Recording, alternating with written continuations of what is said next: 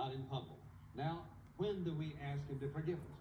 We ask him to forgive us, not as some people do. They say, well, at nighttime when I get down to pray, or when I kneel by the bed, or I go to bed, I always settle up with God. Let me ask you, do you mean to tell me that you believe that God, it's okay with him if you sin all day long and every night you settle up? No. Because here's what will happen. Let's say you get up in the morning and you and your wife or your children, you just have a big fuss, and I mean you stomp out and you leave. More than likely, you're not going to be a saint all day long. What's going to happen?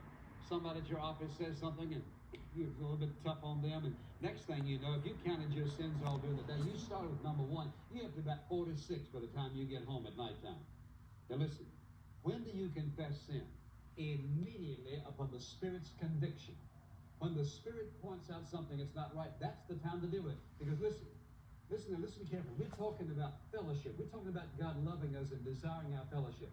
He wants us to deal with what clouds our relationship immediately, so that we confess and move on. We confess and move on in our life. Not having sin accumulate in our life, and finally, when the conviction gets so bad, we can't stand it, well, we finally say, all right, Lord, I want to deal with this. No. He loves us. He wants us to walk in wonderful, pleasurable fellowship with him, and therefore to do so, I've got to get this unmixed. I got to get this darkness out of my life, whether